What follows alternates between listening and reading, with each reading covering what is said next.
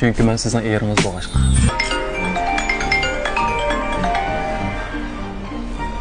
Bay Tayyip.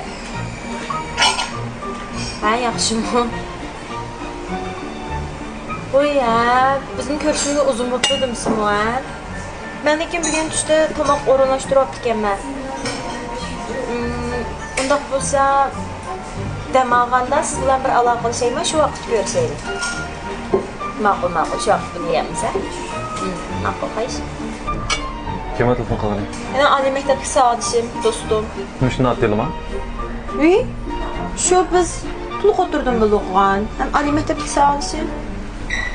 Mijozimni fiqsiz, men majburlamam. Rostga qanday munosabatingiz bor?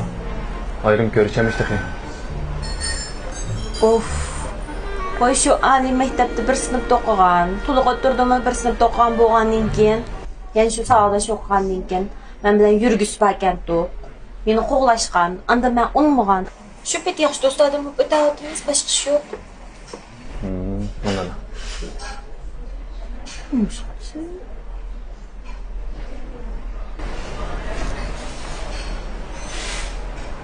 Vay Tayyar. Ben Medine'nin yol dışı yerdim. Medine'nin boydu ba, bunu kimse izleyemaydı. Sen ben bunu izleme, avarkınma. Aklım işte bulsun. Bu sizden neyim qilganingiz? Mushundan qilgan barmi? Kallangizdan derdi barmi? Siz o'zingiz kim chaqlab qoldingiz? Ben sizin başkalar bilen görüşünüzü xalamayman. Baba oğullar bilen. Of. Biz baldırlam deyishgan bir-birimizdan shaxsiyatga aralashmaymiz deb. Onun üstüne ben sizden mening shaxsiyatimga aralashishni faqat yaxshi ko'rmadim. Oturun. Oturun da vatime.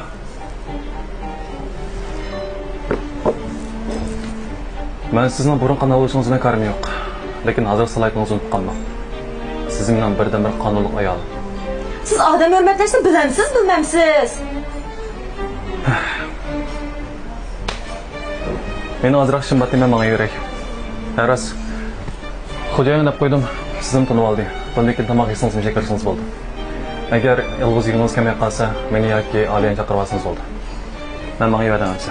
Ma'qul, o'rtangiz olmang. Men nima ishni sizdan gapingizni angladikmi?